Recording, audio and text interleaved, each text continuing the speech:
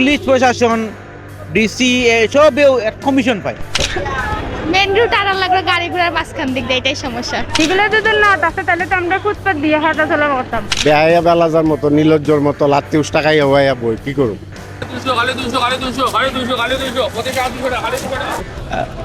সাধারণ মানুষের তো প্রতিনিয়ত সমস্যা হয়, এর লাগি দায়ী প্রশাসন। মেয়র সামান্য অংশে দায়ী, কিন্তু প্রশাসন দায়ী। আর পুলিশ প্রশাসন ডিসি এসবেও কমিশন পায়।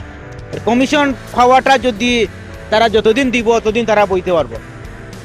মাঝখানো মেয়রে রেগুলার করতা, আর মেয়রে ওদিকে করতা, ওদিকে পুলিশে ইশারা দিত তোমরা যাও আমরা আইরাম।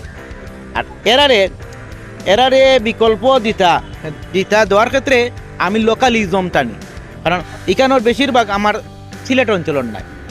হ্যাঁ, যারা সিলেট অঞ্চলের বুটার মানে তারা বিকল্প জায়গাত বইতা মেয়রে মাঝখানো দিসলা সিটি মার্কেটের পিছনে, এখানে তারা যায় না। তারা যারা যায় না এরারে মাল সহজ এরারে জব্দ করিয়া জেলন চইব। কারণ এরারে যদি এখানে মাল ধাক্কা দিলা হরি গেল, আবার তার ঠিকও তারা আইব। আর মাল সহ তারা যদি জেল জরিমানা করা হয় তাইলে হয়তো এখান থেকে সরিয়ে যাব।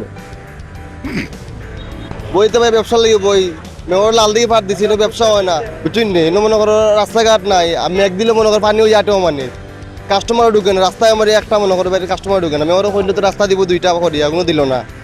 এনে আমরা গেছিলাম বাক্কা মনে করো 1 বছর আসলাম, মনে করো পুঞ্জি বাট্টা যা আছে সব খাইয়া 1-1.5 লাখ ঋণ পড়ছি, ঋণ মারতে মারতে আমরা কামছে।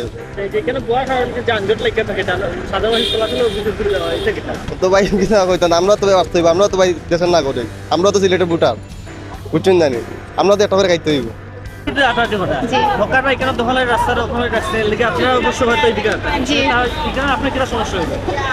মেন রুট আর লাগলো গাড়ি ঘোড়ার মাঝখান দিক দিয়ে, এটাই সমস্যা।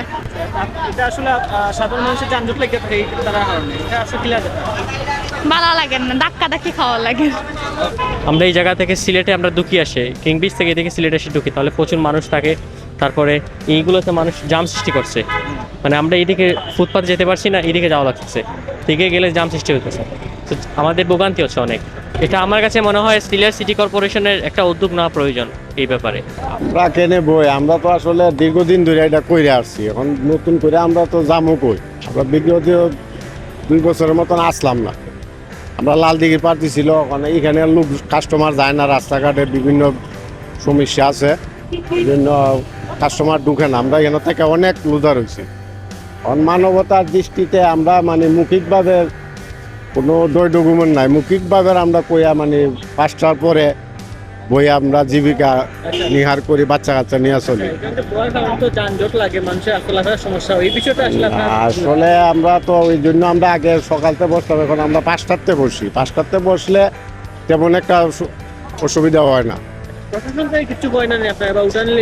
না, এরকম পেশার চাপ আমরা উপরে আছি না। প্রশাসন তো আমরা পূর্ণবাস লাল দিঘির পার দিচ্ছে, লাল দিঘির পার আমরা দোকানদারি করতাম। আমরা এখানে পারি না বিদায় এখানে মানে একরকম বেহাইয়া বেলাজার মতো নির্লজ্জর মতো লাত্তি উষ্টাকাই হওয়াইয়া বই কি করুন।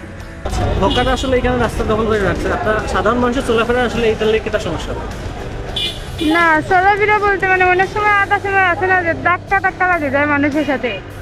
তো কেউ আছে ভালো, কেউ আছে খারাপ। কেউ যদি খারাপ থাকে তো ইচ্ছা করে ধাক্কা লাগবো। তো এগুলো যদি একটু মানে শৃঙ্খলা বজায় রাখে চলাফেরা করে তাহলে তো আমাদের লাগে ভালো। কারণ আপনারা তো দেখতে পারেন কত জ্যামের মাঝে মানুষ হাঁটা চলা করে। তো এগুলো যদি না থাকে তাহলে তো আমরা ফুটপাত দিয়ে হাঁটা চলা করতাম। আসলে এখানে রাস্তা দখল করে রাখে, আসলে আমরা সাধারণ মানুষ চলাফেরা কি সমস্যা?